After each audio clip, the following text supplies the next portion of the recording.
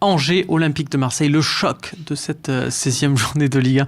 Bon, allez, on chambre pas, mais juste, ça m'a fait quelque chose voir cette équipe d'Angers bien remaniée contre Nice. Hein, ils ont un seul attaquant, mais ils le font pas jouer parce qu'il y a l'OM 3 jours plus tard.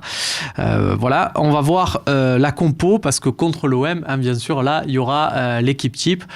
Babou, cette équipe d'Angers donc, qui affrontera l'Olympique de Marseille ce mardi à 9h, sera le premier match de la journée.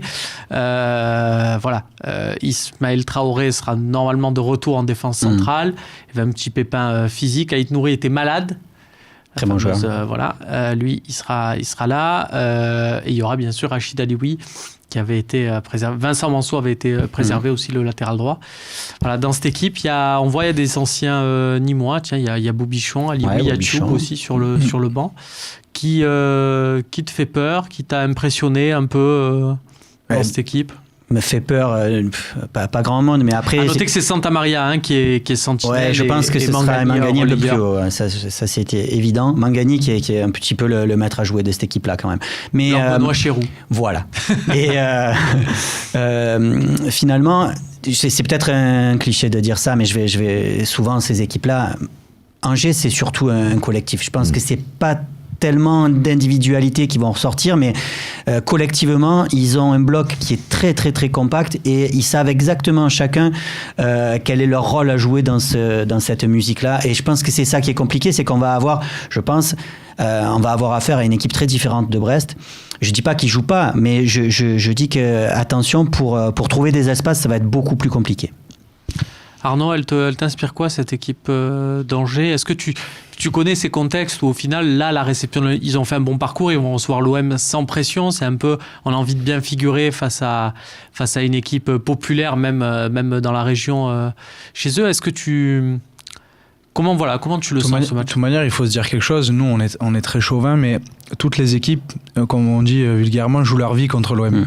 Mais c'est la vérité. C'est-à-dire que l'OM... Après, on a aussi des avantages, parce que quand on va à Toulouse, c'est la maison. Quand on va à Monaco, c'est la maison. Enfin, non, mais je veux dire, quoi qu'il arrive, les équipes, qu'elles soient bien classées, mal classées ou dans un ventre mou, elles jouent vraiment, je veux dire, à 100% contre l'OM. Ils n'ont pas besoin de motivation supplémentaire. Voilà. Parce que c'est l'OM, il y a tout le passé qui va avec, etc. Il y aura là encore pour ce match, dans leur stade de Jean-Bouin, des tribunes garnies avec des supporters de l'OM. Il leur manque une tribune, je crois. Donc du coup, il y aura un peu moins de monde. Mais du coup, moi, j'avais dit, je pense que c'était après le mercato, tu avais posé une question, tu avais dit quel est le meilleur recrutement de Ligue 1. Et moi, j'avais répondu Angers.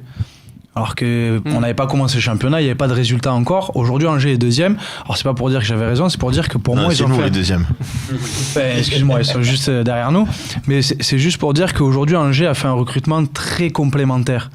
Ils n'ont pas recruté des joueurs que nous, qui nous font rêver. Tu prends chez eux pour l'année prochaine que tu Moi, je prends Alioui, Pereira Lage, Fulgini.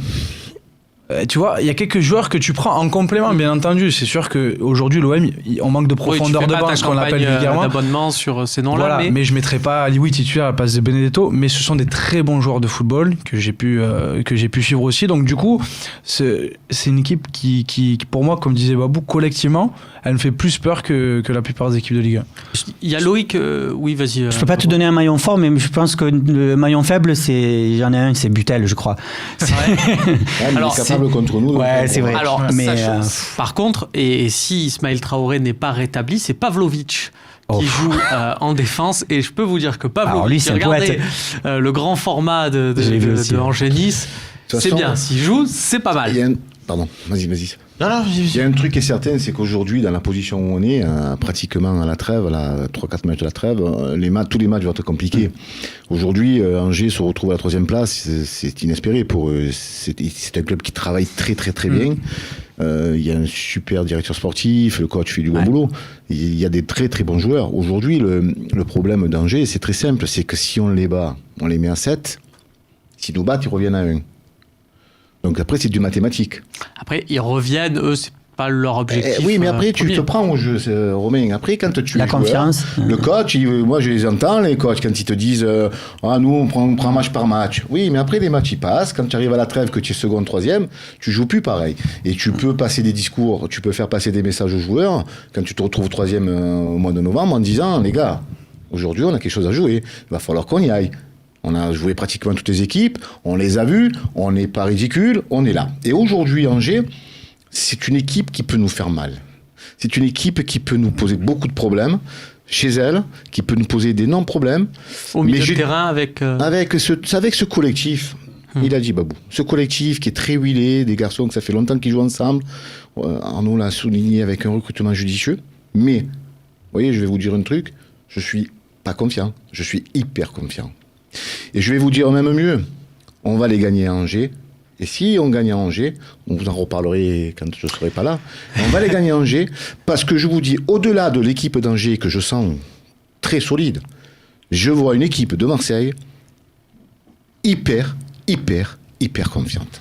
Eh bien, très bien. Bah voilà, on peut rendre l'antenne, c'est fini. Non, mais juste bien sûr, Seb va répondre à Loïc Lucho, parce que en plus, tu es la personne idoine, Seb, pour répondre à ça. Tu es l'expert d'une rubrique que j'aime, tu prends le calendrier et tu dis, bon, ben là, c'est nul, donc c'est 3 points. Là, c'est bim bam, donc c'est 3 points. Non, mais là, 3 points, là, 3 à points. la moyenne anglaise, match nul à l'extérieur, c'est un bon résultat. Après, on est à -3 la moyenne anglaise, donc si on veut revenir au positif, mais vraiment, il va falloir un nul les à gagner. Angers, c'est pas idiot, parce que si je te dis, tu fais nul à Angers, mais tu gagnes Bordeaux. Tu pourras pas gagner tous tes matchs.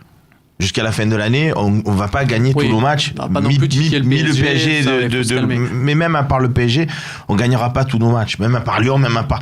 Donc, oui, moi, un match nul à Angers, je le prends parce qu'on a réussi à battre les Dijonais juste à la dernière, les Brestois jusqu'à la dernière minute. Pareil, maillot rouge. Ouais, juste à la dernière minute. Si tu avais fait match nul, malheureusement, il faudrait aller à Angers pour récupérer les points que tu avais perdus. Là, tu veux dire que tu as moins de pression. Ben là, tu peux pas tout gagner. Maintenant, je suis complètement d'accord avec toi. Moi, ce qui me plaît cette année à l'Olympique de Marseille, c'est le coach. C'est-à-dire que, comme vous l'avez souligné, on aurait eu encore, le baltrap au Bielsa, mais on aurait eu Bielsa, on jouerait toujours de la même manière, presse haute, et face à cette équipe d'Angers, je pense que de jouer comme ça, tu vas un peu au casse-pipe. C'est ce qu'a dit André Villas-Boas. Je pense que tu vas au casse-pipe. Et je pense que j'aurais plus peur de cette rencontre si c'était Marseille-Angers. Parce que les mecs sont pas obligés de faire le jeu, peuvent être tous derrière, placer leur contre, et t'es pas forcément... Là, ils sont chez eux, et moi, j'ai déjà vu un Villas-Boas gagner contre Saint-Etienne au Vélodrome, en plaçant toi des contres. C'est-à-dire qu'il sait vachement s'adapter aussi au profil des équipes adverses. Donc je suis pas très inquiet. Après on peut perdre évidemment, mais après je trouve que quand même cette année on est moins bon à l'extérieur. Hein. À Toulouse on gagne, mais les gars on fait vraiment un match très très très moyen. Ouais, à Dijon c'est vrai. À Dijon on fait un match très moyen. Amiens où on passe. Amiens à l'extérieur. Oui, mais on n'était pas. Excusez-moi. On n'était pas dans la dynamique. Moi je suis d'accord avec ce que tu dis là. Je suis tout à fait d'accord avec toi.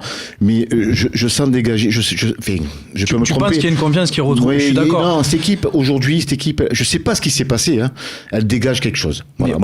Mais hors de nos bases, je suis pas autant confiant que toi. Mais moi j'ai envie de te dire aujourd'hui, le coach, qu'est-ce qu'il regarde, hein. Lui, il s'en fout de ce que tu penses, que je pense. Lui, il va à Angers, qui fait pas de foot. Il regarde les émissions, il se fout pas. Voilà, non, mais qui fait pas de jeu et qui gagne 1-0 à la 89e but de Radonic parce qu'il est rentré à la 83e, il va les prendre. On sait gagner comme ça cette année. Mais c'est ça qui est important. Je suis moins confiant dans le jeu à l'extérieur, c'est vrai. Voilà. Moi, ce que je veux te dire, c'est qu'elle dégage quelque chose, cette équipe. Moi, je prends du plaisir à la voir. Oui, elle a de la valeur. Parce qu'elle a. Voilà. Elle a des valeurs et de la valeur. Moi, ça fait longtemps que je vois pas Dimitri Payet de faire des courses de replacement, tacler. Ça fait longtemps. Là où il a raison, Arnaud, aussi, c'est qu'on vient de jouer, certes vendredi, donc ça fait quelques jours de récupération, mais c'est vrai que quand on a plus de matchs à jouer par semaine, généralement, physiquement... C'est un peu plus difficile. À voir sur ce domaine physique. Après, il faut s'arrêter de se poser des questions comme ça. Il y a un préparateur. Non, les joueurs, moi j'ai déjà dit sur le plateau, ils préfèrent jouer tous les 3 jours. Là, il faut que la récup.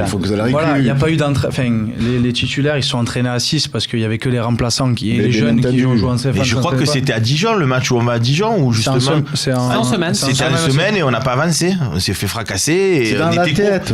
C'est dans la tête. J'espère. Alors, à noter que Dijon avait eu 24 heures de plus que l'OM sur ce fameux match, et là c'est l'inverse. Après moi je suis d'accord avec Didier, là je le mets pas sur l'aspect physique. Comme je t'ai dit, un joueur lui il préfère jouer tous les 3 jours, il s'emmerde pas avec les séances difficiles d'entraînement, il a le jeu et très souvent... C'est toi le préparateur physique, c'est pas moi. Ouais. Vous avez vu les courses qu'ils ont fait, Rongier et Sanson? Et ils ont cavalé. Et ils sont bons. recommencer mardi et après contre Bordeaux. Je vais t'expliquer. Et là, je voudrais juste finir dessus. Vite, je crois que là, on a un spécialiste en la matière. La fatigue, tu la ressens moins quand tu gagnes. Oui, Donc aujourd'hui. Après, Messieurs, on va juste quitter cette partie, mais on verra. On veut rester dans le. Puis on va se faire plaisir. On va regarder le classement. Voilà, pour finir cette partie, vous allez voir que l'OM est deuxième avec une petite marge d'avance. Et vous allez voir également le calendrier. Donc voilà les 4 points d'avance sur Angers, 5 sur Bordeaux. Et vous allez voir que le calendrier de cette journée fait que si l'OM, par le plus grand des bonheurs, s'impose à Angers, eh ben, ça va permettre peut-être de creuser l'écart. Pourquoi ? Parce que Lyon et Lille s'affrontent, parce que Monaco se déplace à Toulouse, mais que Saint-Etienne reçoit Nice, pareil, et que Nantes se déplace au Paris Saint-Germain. On verra donc avec attention les résultats de cette journée, sachant qu'il y en a une autre en fin de semaine avec, donc en point d'orgue, la réception de Bordeaux au stade Vélodrome. On passe de suite à une petite partie sur un revenant, Alvaro González.